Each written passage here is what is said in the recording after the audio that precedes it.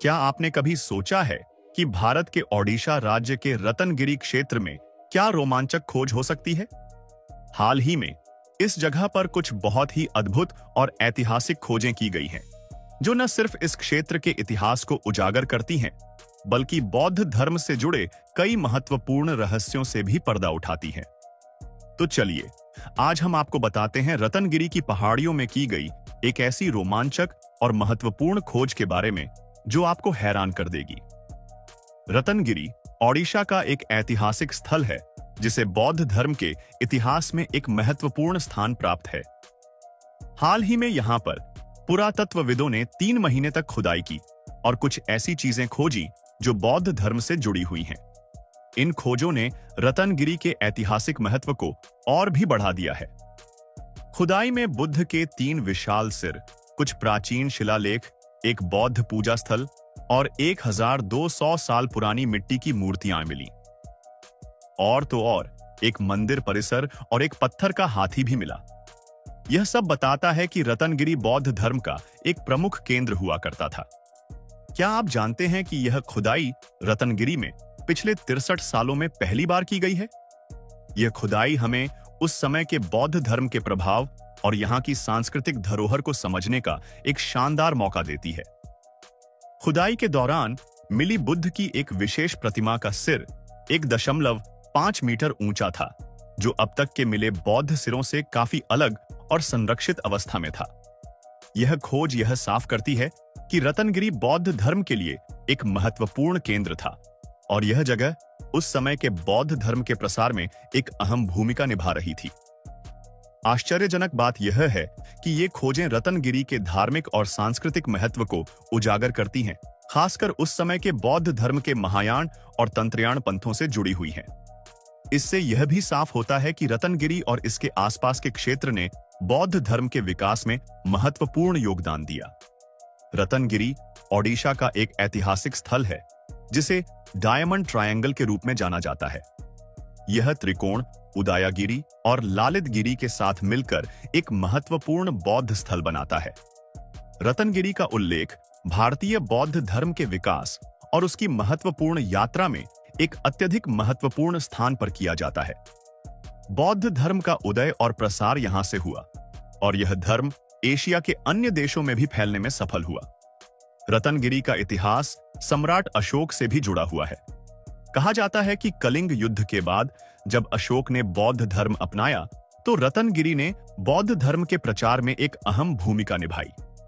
अब रतनगिरी के ऐतिहासिक महत्व को समझने के लिए हमें यह जानना जरूरी है कि यह स्थल बौद्ध धर्म के प्रसार का एक प्रमुख केंद्र था। यहां से बौद्ध धर्म न सिर्फ भारत के अन्य हिस्सों में फैला, बल्कि दक्षिण पूर्व एशिया में भी इस धर्म का प्रसार हुआ। रतनगिरी के आसपास की खुदाई में मिली हुई बौद्ध मंदिरों के खंडहर और पूजा स्थल हमें यह बताने के लिए काफी हैं कि यहाँ पर बौद्ध धर्म का प्रभाव 5वीं से 13वीं सदी तक गहरा था। अब हम बात करते हैं उन नई खोजों की जो हाल ही में रतनगिरी में हुई। इन खोजों से हम यह समझ सकते हैं कि इस क्षेत्र में बौद्ध धर्म का बहुत गहरा प्रभाव था। जो बुद्ध के सिर मिले हैं वे न सिर्फ धार्मिक प्रतीक हैं, बल्कि उस समय की कला, शिल्पकला और संस्कृति का भी एक अद्भुत उदाहरण है। इन खोजों से यह भी साफ होता है कि रतनगिरी का संबंध बौद्ध धर्म के महायान और तंत्रयान पंथों से भी था, जो उस समय बहुत प्रमुख थे। रतनगिरी की खुदाई में मिली इन वस्तुओं ने हमें यह समझने का मौका दिया कि यहाँ के लोग बौद्ध धर्म के फैलाव में कितना अहम योगदान दे रहे थे। बौद्ध धर्म के साथ जुड़ी हुई ये अद्भुत खोजें न सिर्फ भारतीय इतिहास में, बल्कि पूरी दुनिया में बौद्ध धर्म के महत्व को और भी बढ़ाती है। आप सोच रहे होंगे, आखिर यह खोज इतनी महत्वपूर्ण क्यों है? इसका उत्तर बहुत सरल है। यह खोज हमें न सिर्फ भारतीय बौद्ध धर्म के इतिहास को समृद्ध करती है, बल्कि यह हमें यह भी बताती है कि रतनगिरी जैसे स्थानों ने बौद्ध धर्म के प्रसार में महत्वपूर्ण भूमिका निभाई। यहां से बौद्ध धर्म न सिर्फ भारत में, बल्कि दक्षिण पूर्व एशिया में भी फैलने में सहायक था। आजकल जब हम रतनगिरी की इन अद्भुत खोजों के बारे में सोचते हैं, तो यह न केवल इस क्षेत्र की सांस्कृतिक धरोहर को उजागर करता है, बल्कि यह भी दिखाता है कि रतनगिरी बौद्ध धर्म के प्रसार में कितनी महत्वपूर्ण भूमिका निभा रहा था।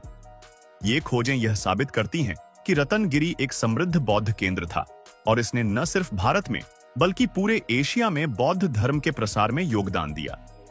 अंत में रतनगिरी की इस ऐतिहासिक खोज ने न केवल इस क्षेत्र की सांस्कृतिक धरोहर को उजागर किया है, बल्कि यह भी दिखाया है कि बौद्ध धर्म के प्रसार में रतनगिरी का एक अत्यधिक महत्वपूर्ण स्थान था। रतनगिरी का इतिहास और इसकी खोजें हमें बौद्ध धर्म के बारे में नई जानकारियां देती हैं और यह बताती हैं कि यह धर्म न केवल भारत में बल्कि पूरी दुनिया में फैलने में कितना प्रभावशाली था। तो दोस्तों, यदि आपको भी इस तरह के ऐतिहासिक रहस्यों और पुरातत्वीय खोजों के बारे में और जानना है, तो हमारे चैनल को सब्सक्राइब जरूर करें और बेल आइकन दबाना न भूलें, ताकि आपको हमारी हर नई वीडियो की जानकारी सबसे पहले मिल सके। आशा करते हैं कि इस वीडियो से आपको रतनगिरी और बौद्ध धर्म के बारे में नई और दिलचस्प जानकारी मिली होगी। धन्यवाद।